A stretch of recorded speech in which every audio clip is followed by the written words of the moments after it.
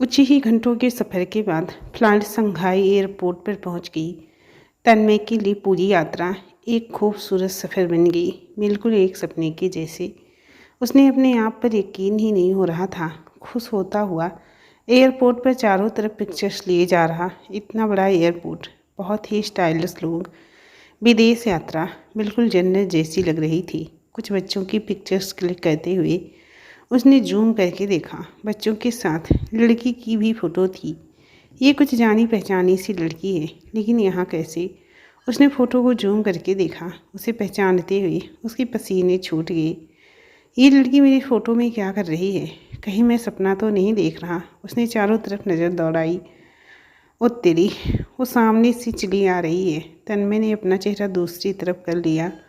Oh my God! पहली बार चांटा, दूसरी बार police. अब विदेश में हूँ, पता नहीं यहाँ क्या करवाएगी। पुलिस की तो बहुत स्ट्रिक्ट होती है। मुझे तो यहाँ कोई छुड़ाने वाला भी नहीं है। तन्मय बचकर निकले। जल्दी से उसने अपने सामान उठाए और अपना चेहरा घुमाते छुपाते हुए एयरपोर्ट से बाहर निकल गया। आरोही को एक बार को लगा उसी लड़के को देखा है जो उसका पर्स लौटाने आया था, लेकिन तन्मय जल्दी से टैक्सी बैठकर वहाँ से गायब हो गया। आरोही अपना सामान लेकर एयरपोर्ट के बाहर खड़ी थी। सिद्धार्थ नाथ आरोही मलिक इंडिया के नाम का बोर्ड लेकर बाहर वेट कर रहे थे। आरोही ने देखते ही अपना हाथ हिला दिया। सिद्धार्थनाथ गाड़ी लेकर आरोही को होटल ले गए। रास्ते में काफ़ी देर तक उन लोगों की बातें होती रही। सिद्धार्थ, क्या आप मुझे फैक्ट्री की सारी डिटेल मेल कर सकते हैं? प्रॉब्लम का मेन मुद्दा कहाँ है? यस मैम, लेकिन अभी आप थकी हुई हैं। मैं शाम को सारी डिटेल मेल करता हूँ। अभी आप होटल में आराम करिए। मैडम, एक और मैसेज देना है। अभय सर भी आपका होटल हयात संघाई में आपका वेट कर रहे हैं। वो आपको सरप्राइज़ देने के लिए कल ही संघाई पहुंच गए थे। उन्होंने उसी होटल में आपका भी रूम बुक करवाया है। ये सुनकर आरोही के पैरों तले ज़मीन खिसक गई। उसका मूड ऑफ हो गया। उसने अपना मूड ठीक करते हुए बोला, सॉरी, आप लोगों ने मुझे इन्फॉर्म क्यों नहीं किया? मुझे हयात होटल में नहीं रुकना। आप अभय सर को कुछ मत कहिए। प्लीज़ पास में कोई होटल हो वहाँ मेरा रूम बुक करवा दीजिए। इनफैक्ट आप रहने दीजिए, मैं खुद देख लूँगी। नहीं मैम, आप परेशान नहीं हो, मैं देखता हूँ। आरोही अभय का नाम सुनकर परेशान होने लगी। ओ माय गॉड, ये जोकर यहाँ पर! मैं यहाँ अपना बिजनेस हैंडल करने आई हूँ और ये मुझे हैंडल करने आया है। मुझे इससे पीछा छुड़ाना ही पड़ेगा। बचपन में बिल्कुल बंदर जैसा दिखता था, पता नहीं अब कैसा लगता होगा। एक्सक्यूज मी मैम, सिद्धार्थनाथ ने धीमी सी आवाज़ में बोला। जी बोलिए मैम, अभी आप कोई भी 7 स्टार होटल में रूम अवेलेबल नहीं है। क्या हम 5 स्टार होटल देख सकते हैं? सिद्धार्थ, आप कहीं भी मेरा रूम बुक करा दीजिए, मुझे कोई प्रॉब्लम नहीं है। बस अभय को इसके बारे में बिल्कुल पता ना चले। जी मैम। थोड़ी ही देर में गाड़ी सिटी होटल संघाई पहुंच गई। तन्मय रिसेप्शन पर ही अपना रूम कीज ले रहा था। जैसे ही उसने अपने पीछे आरोही को देखा, सर पर हाथ रख लिया। ओह नो, कहीं ये मेरा पीछा तो नहीं कर रही? डेफिनेटली मुझे कोई बड़े केस में फंसाने वाली है। मिस्टर तन्मय, रूम नंबर 2601, ये लीजिए आपकी की। आरोही इंडियन नेम सुनकर तन्मय को देखना चाह रही थी, लेकिन उसने अपने मुंह पर रिसेप्शन से मैगनीज उठाकर रख लिया और दबे पांव से निकलने लगा। तभी आरोही ने पीछे से आवाज़ दी, एक्सक्यूज मी। तन्मय घबराने लगा। अब क्या हो गया? ये मुझे क्यों बुला रही है? मिस्टर, आपका पासपोर्ट। आरोही ने तन्मय के पास आकर उसका पासपोर्ट उसके हाथ में दे दिया। अपने हाथ से नीचे गिर गया। आपके हाथ से नीचे गिर गया। तन्मय ने बिना चेहरा दिखाए पासपोर्ट हाथ से ले लिया और थैंक यू बोलकर जल्दी से लिफ्ट की तरफ चला गया। आरोही मन में सोचने लगी, इंडिया के बंदे में इतना एटीट्यूड, ऐसे थैंक यू कौन बोलता है? मैं ठीक तो लग रही हूँ ना? उसे या तो मेरी शक्ल नहीं देखनी या फिर अपनी नहीं दिखानी। ऐसे छुप रहा है, पता नहीं इसको किसी की नज़र ना लग जाए। एनीवे, मुझे क्या, मुझे अपने कमरे में जाने से मतलब है। आरोही चारों तरफ होटल को देखने लगी। नॉट बैड मैम, सॉरी, आपके लिए ये होटल ठीक नहीं है, बट सॉरी की कोई बात नहीं सिद्धार्थ। एक्चुअली अब मुझे इन चीज़ों से कोई फ़र्क नहीं पड़ता। बस यहाँ की प्रॉब्लम एक बार सॉल्व हो जाए, सब कुछ ठीक हो जाए, मेरे लिए इतना ही काफ़ी है। ओके मैम, मैं आपको शाम को रिसीव करने आता हूँ। यहाँ से हम सीधे फैक्ट्री जाएंगे। अगर आपको कोई भी प्रॉब्लम हो आप मुझे कॉल कर लीजिए। ओके। आरोही भी सामान लेकर रूम 2602 में आ गई। नाइस रूम कहकर आरोही बाहर लॉबी में चली गई। मौसम बहुत खूबसूरत था। ठंडी ठंडी हवा चल रही थी। आरोही के सारे बाल उड़कर उसके चेहरे पर बिखर गए। जैसे ही तन्मय ने लड़की को लॉबी में देखा सोचने लगा, आशीष ने कहा था यहाँ की लड़कियाँ बहुत खूबसूरत होती हैं, मैं भी ट्राई करके देखता हूँ। तुरंत अपनी लॉबी में काफ़ी कम मग लेकर आ गया और आरोही की तरफ देखने लगा। आवाज़ लगाते हुए बोला, hello, what's your name? Myself Tanmay. Aarohi ने अपने बिखरे बालों का जूड़ा बनाकर चेहरा जैसे ही तन्मय की तरफ किया, तन्मय की सिट्टी पिट्टी गुम हो गई। अरे यार, ये यहाँ भी। तन्मय ने अपना चेहरा दूसरी तरफ कर लिया। मैं तो सोच रहा था कोई फॉरेनर होगी, थोड़ा जान पहचान कर लूँगा, लेकिन ये तो वही खतरे की घंटी है। भाग ले तन्नू। आरोही उसके इस तरह के बिहेवियर को देखकर परेशान होने लगी। तन्मय वहाँ से जाने ही वाला था कि आरोही ने रोक लिया। एक्सक्यूज मी, आप वहीं नीचे मैगजीन वाले हो ना? आपको मुझसे प्रॉब्लम क्या है, या आपकी शक्ल में ही कोई प्रॉब्लम है? यहाँ फ़ॉरेन में आकर जब कोई अपने देश का मिल जाए तो थोड़ा दिल को सुकून मिलता है, लेकिन तुम्हें देखकर लगता है शायद तुम इंडियंस जैसे हो, पर इंडियन नहीं, इसीलिए अपनी शक्ल दिखाना नहीं चाहती। तन्मय के कदम वहीं रुक गए और वो ना चाहते हुए भी मुस्कुराते हुए आरोही की तरफ देखने लगा। अपने दांत फाड़ते हुए अपना हाथ उठाकर बोला, हाय, तुम यहाँ चाइना में? आरोही ने अपना सर पकड़ लिया। ओके, सबसे पहले सॉरी। एक्चुअली दोनों बार गलती मेरी थी और मैं तुमसे सॉरी बोलना चाहती थी, लेकिन तुम जा चुके थे। I am really very sorry. No no, it's okay, Tanmay ने मुस्कुराते हुए कहा। वैसे सॉरी मुझे भी बोलना था, लेकिन क्यों? तुमने तो कुछ किया ही नहीं। एक्चुअली जब आपकी फादर की डेथ हुई थी, मैं न्यूज़पेपर याद आया आपको, और आपने आकर इस गाल पर चाटा दिया था। तन्मय ने गाल से सहलाते हुए बोला, मुझे याद है, उस वक्त मैं इमोशनल हो गई थी। अरे नहीं, गलती मेरी थी, मेरा किया मेरे सामने था, और इसीलिए मैं अपनी आपकी कंडीशन समझ सकता हूँ। उस दिन मेरी माँ भी नहीं रही। वाट? Oh sorry. तब मुझे एहसास हुआ मैंने आपके पापा की डेथ की खबर को पैसों का जरिया बनाया था, इसीलिए मुझे सज़ा मिली है। आई am really very sorry. Please मुझे माफ़ कर दीजिए, लेकिन वो तो आपका काम था।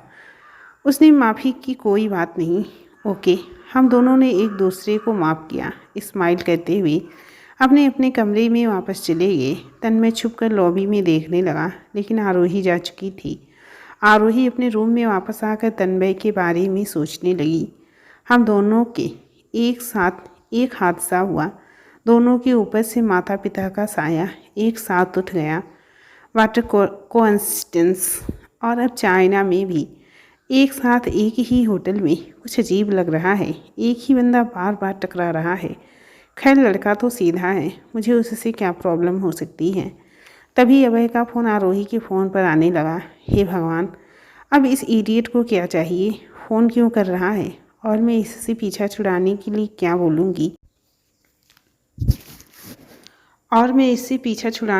क्या बोलूँगी सोच आरोही, सोच। आरोही अभय के फ़ोन को देखकर परेशान होने लगी। मन ही मन में बुदबुदाने लगी, क्या करूं, इसका फ़ोन उठाऊं या काट दूं? इस गधे से बात करने का बिल्कुल मन नहीं है, लेकिन मजबूरी फंस गई है, बात करनी पड़ेगी। ना चाहते हुए भी उसे फ़ोन उठाना पड़ा। Hello Abhay. Hi Aarohi, how are you? I am very good. मैंने कई बार कॉल करने की कोशिश की, लेकिन तुमने फ़ोन उठाया ही नहीं। बहुत लंबे समय के बाद तुमसे बात हो रही है। ओह सो सॉरी। जिस वक्त तुम्हारा फ़ोन आ रहा था, मैं हरिद्वार में डेड के लिए पूजा करवा रही थी। तुम भी समझ सकते हो उस वक्त क्या ज़रूरी था। कोई बात नहीं, चलो ये सब छोड़ो। अभी तुम कहाँ हो? मैंने तुम्हारे लिए सरप्राइज़ तैयार किया था, लेकिन तुम तो यहाँ पहुँची ही नहीं। एक्चुअली कुछ पर्सनल रीज़न था जिसकी वजह से मुझे दूसरे होटल में रुकना पड़ा। ओह, वैसे मैं जान सकता हूँ क्या पर्सनल रीजन था? It's personal. सॉरी, मैं तुम्हें नहीं बता सकती। ठीक है। वाह वाह, मैं नहीं पूछूंगा। अच्छा सुनो, जल्दी से रेडी हो जाओ। अब तुम्हारा कीमती टाइम सिर्फ मेरे लिए है। मैं तुम्हें डिनर के लिए लेने आ रहा हूँ। Abhay, it's my pleasure but I am really very sorry. मेरी तबीयत ठीक नहीं, इसीलिए मैं आराम कर रही हूँ। इफ़ यू डोंट माइंड, क्या हम कल मिल सकते हैं? Why not. कल टाइम बता देना, मैं तुम्हें पिकअप कर लूँगा। Okay bye. फ़ोन रखते ही आरोही ने एक लंबी सांस ली और पूरे कमरे में इधर से उधर चक्कर लगाने लगी। ये इडियट तो पीछे ही पड़ गया। डिनर के लिए ले जाएगा मुझे। My foot. मैं किसी को अपना टाइम देने वाली नहीं हूँ। मिस्टर अभय सवरवाल, तुम क्या समझते हो? मैं कुछ जानती नहीं। तुम क्यों मेरे पीछे पड़े हो? मुझे सीधी मत समझना। तुमसे पीछा छुड़ाना आता है मुझे। थोड़ी देर बाद आरोही मिस्टर नाथ के साथ फैक्ट्री देखने के लिए चली गई और वहाँ के एक एक वर्कर से पर्सनली जाकर मिली। तन्मय भी अपना सूट बूट पहन जल्दी से रेडी होकर बताए गए टाइम पर टेलकम पाउडर सैंपल लेकर चुआंग सेंग कंपनी लिमिटेड संघाई के ऑफिस पहुंच गया। तन्मय बहुत ही नर्वस हो रहा था। पहली बार फॉरेन कंपनी के सामने प्रेजेंटेशन देनी थी। हे भगवान जी, सब कुछ ठीक कर देना। चाइनीज़ कंपनी से मिलने के बाद उसने टेलकम पाउडर के सैंपल दे दिए और जल्दी ही वहाँ से अपना काम निपटा कर होटल पहुँच गया। उसने सबसे पहले आशीष को कॉल लगाया, लेकिन आशीष का फ़ोन नहीं उठ रहा था। ये क्या, आशीष फ़ोन क्यों नहीं उठा रहा? तन्मय दूसरे दिन भी सबसे पहले उठकर आशीष को कॉल किया। नंबर बंद आ रहा था। ऐसा कैसे हो सकता है?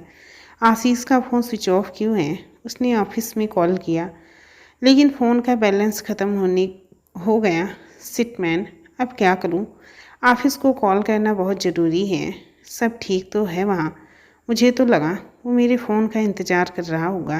तन्मय अपने रूम के बाहर घूम रहा था। उसे नींद ही नहीं आ रही थी। तभी सामने से आ रही आरोही ने उसे स्माइल दी। हाय, व्हाट्सअप डियर, डिनर हो गया? तन्मय ने गर्दन हिलाकर हाँ बोल दिया। क्या हुआ?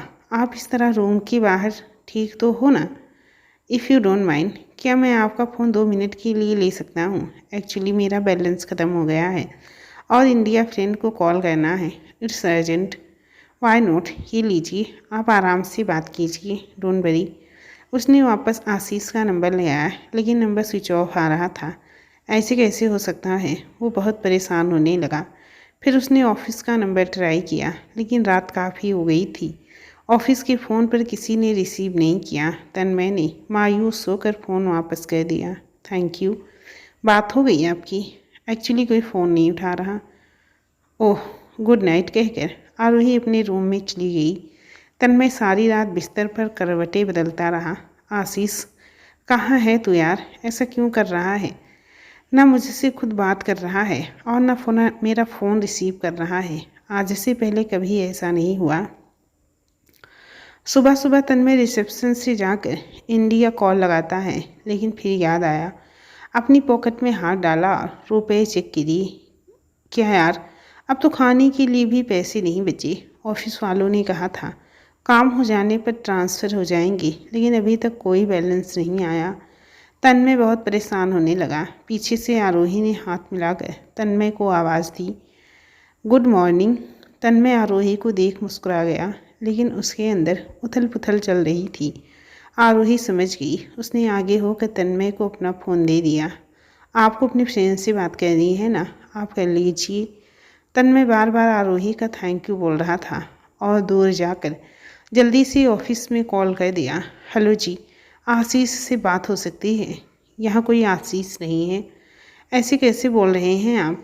आशीष आपके ही ऑफिस में काम करता है और मैं भी आपके ऑफिस की तरफ से ही टेलकम पाउडर सैंपल लेकर चाइना आया हूँ। एक पार्टी को सैंपल दिया है, लेकिन अभी तक मेरा कोई बैलेंस ट्रांसफ़र नहीं हुआ। देखिए, आप आशीष के बिहाफ पर ही इस कंपनी में रखे गए थे। अब आशीष से हमारा कोई लेना देना नहीं। फ्रॉड है एक नंबर का, और आप भी ज़रूर उसके साथ मिले होंगे।